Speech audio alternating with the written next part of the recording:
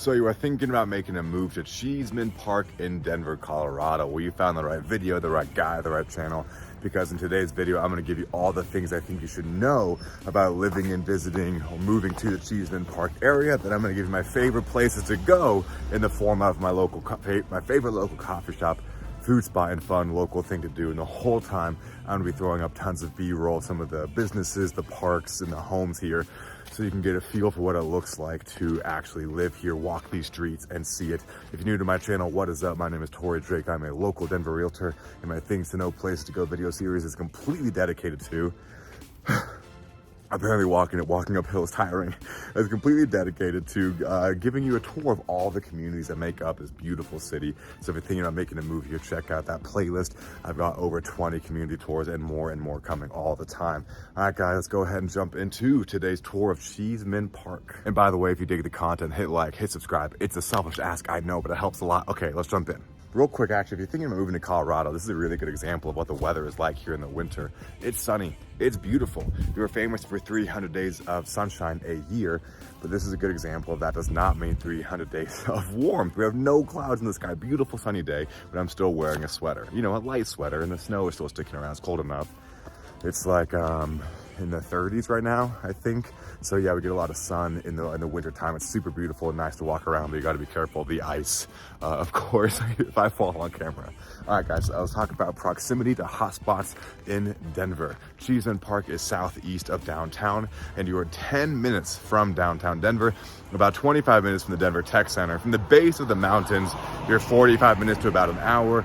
In Boulder, you're 40 to 45 minutes. In Golden, you're 25 minutes away. So you are closer to the downtown area. And then since you are close to downtown, getting out of it is can be a little traffic heavy. Let's go ahead and dive into things to know. I've got 6 things for you. Number 1 is that this is a very historic neighborhood, meaning you're going to see tons of really cool historic Victorian homes like the ones behind me here. If you want to know more about the history of this area, check out my Capitol Hill video.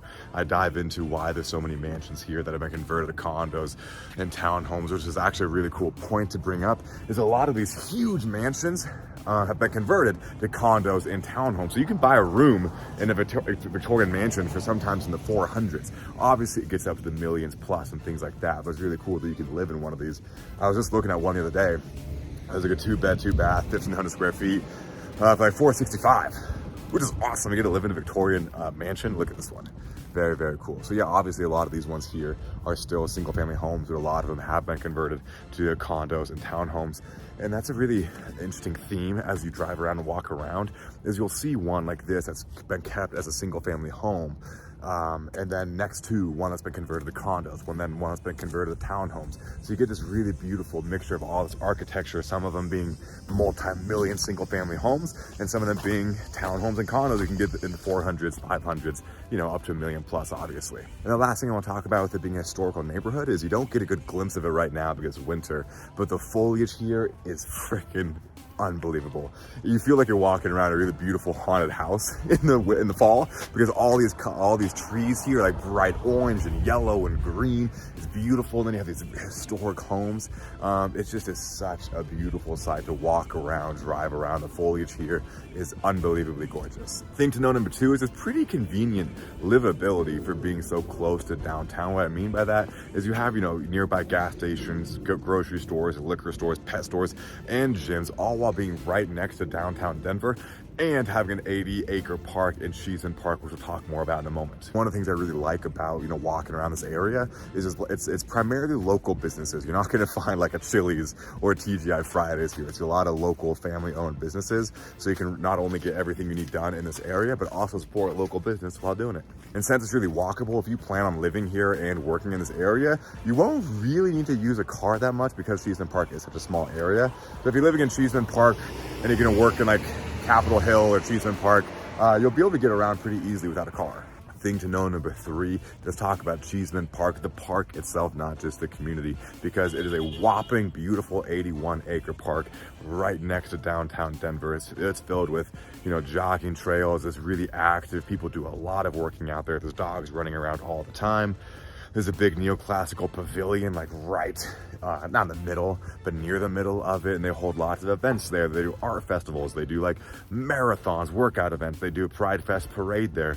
So if you want to be as close to the city as possible, but still have access to like the awesome nature that Colorado is known for, Cheesman Park, the park itself in the community, surrounding community, is fantastic for that, because the Cheesman Park, it's hard to say, Cheesman Park, it's huge. You're really gonna be hard pressed to find a time where you won't be able to get your own private little space to hang out or play with your dog or have a picnic or do whatever you want to do in that park. Thing to know number 4, let's not beat around the bush. Parking sucks a lot, as you can see from a lot of the B-roll. It's a ton of street parking. Even this multi-million-dollar neighborhood, they have some garages tucked away, but a lot of the cars are parked on the street here. A lot of condos and townhomes don't even come with a parking spot sometimes. You just have to do street parking, or if you do, it's gonna be an uncovered spot, and they have to pay extra to have a spot if you want it covered. And a lot of times these condos and townhomes have waiting lists for their parking spots. And a lot of the single family homes, if they do have a garage, it's usually going to be a detached garage. So a lot of times you're going to have to go from like parking the car, and they can park the car in the garage, you know, exit the garage, be outside, and then go inside your home. Big deal or not, up to you. Just want to point that out. Thing to know number 5, you have really easy access to Denver Botanic Gardens, which is just east of Cheesman Park. It's a beautiful, huge garden. They can walk around. They have their own like coffee shop, bistro there they can go to and just enjoy the beautiful scenery of the flowers and plants, and they change in colors. They do lots of summer events there, Halloween events, Christmas events. This is a good example. Look at this house. Crazy awesome, crazy beautiful, but covered spot, not a garage. Good example of that. Anyway, Denver Botanic Gardens, yeah, really cool events. A lot of the time for the events there, they get sold out in advance super quick. A lot of times the Christmas event where they light up the whole gardens is sold out like a month or 2 in advance. So if you want to go to the events, you usually got to sign up ahead of time, quite a bit ahead of time. Last but not least, thing to know, number 6 about Cheesman Park. We're gonna go back to talking about the park itself. I love this house. I pointed out earlier, but god damn, that is cool. So the park itself has a spooky history to it. It was a graveyard originally for what I believe were like criminals and robbers. It's a graveyard, and they wanted to turn it into a park.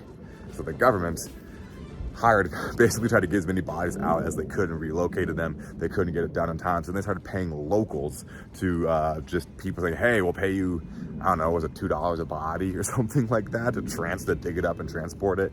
Long story short, that'll either scare you, excite you, or do nothing for you. It'll be one of those 3 things. I just want to put that information out there. If you're like, hell no, I'm not living next to an 80-acre former graveyard, or if you're like, hell yeah, I want to live next to an 80-acre graveyard, that's metal. Whatever it is to you, just want to give you that info. Well, that is it for things to know. Before we get to places to go, I just want to give you a quick friendly invitation. If you have questions on this community or any of the communities in Denver, feel free to reach out to me. Yes, I put tons of resources out on my YouTube channel, but if it just feels easier to you, or you'd like, just reach out and ask questions. I'm the most laid back, no pressure type of guy you'll probably talk to. So feel free. It doesn't matter if you're thinking about buying or renting. I'm super happy to have a conversation with you. All right, let's jump into places to go. For coffee, one of my favorite spots for coffee in Cheesman Park is Downpour's Coffee. It just looks and feels like a community coffee shop. It looks like they just built it for the locals. It feels like it was built for the locals. They have 3 locations across Denver, but I really like that this just feels like down to earth, and it fits in with the rest of the Cheesman Park area, and the coffee and food is really good. And they got a cool outdoor area that's really nice to sit in when there's not snow on the ground. So there's really great outdoor seating as well. And it's also on 12th that you can pretty much take and walk straight down to Cheesman Park. So if exploring the area, you can grab a cup of coffee there, see a cool coffee shop, then walk down 12th to Cheesman Park and see some of these gorgeous homes. Is that a garage? Well, look at that. Covered garage. That added a lot of value to this house. That's where you get a bomb cup of coffee to start your day. What do you do for lunch and food after exploring the Cheesman Park and walking around? You're hungry, where do you go? Wyman's number 5 is a great local bar and restaurant that once again feels like it belongs to this community. It just feels like one of those bars that you would see in a movie, and like, oh gosh, The World's End of Simon Pegg, if you've seen that one, where it just feels like it was made for the locals, by the locals. If you go there, those are the types of places where the bartender's gonna get to know your name if you go enough.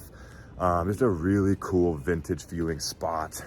in an unpretentious way. I've got great pizza, great food, great drinks, and just a really nice atmosphere that once again just gives you the feeling of being in a community when you're right next to the city. And a bonus place to eat is Garden Hive Bistro, which is the restaurant, coffee shop I was talking about that's in Denver Botanic Gardens. That covers coffee, food, and what is your fun local thing to do aside from exploring the park itself, Cheesman Park. I highly recommend you do a ghost tour of Capitol Hill.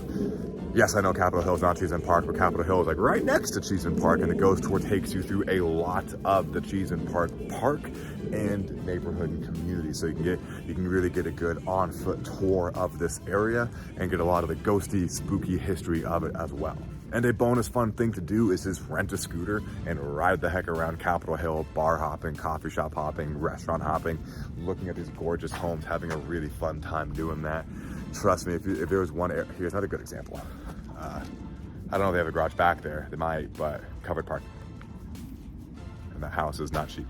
But yeah, getting a scooter and riding around, this area is a great way to explore it. So ghost tour, get a scooter, ride around, bar hop, super fun place to do that. You can ride a scooter through Cheesman Park and also check out Denver Botanic Gardens. Well, that is things to know, places to go for Cheesman Park, guys. Once again, my name is Torrey Drake. I'm a local Denver realtor. So that means I love making these videos. I love Coloradans, Denverite, and I would love to help you with any real estate needs. If you have any, feel free to reach out to me. My contact information is in the YouTube description. If you dig the content, do your boy a big favor. Hit that like, hit that subscribe, and consider checking me out on Instagram and TikTok, because I am really active on there, very sassy, bring a lot of sass to that platform. It's a lot of fun. And if you do follow me on there, drop me a DM. I'd love to hear from you guys. If you want to follow me over there, I'd love to, you know, get in touch, just chat with you, hear how this move is going, what you're thinking about, guys. Thank you so much. Torrey Drake, realtor. See you on the next one.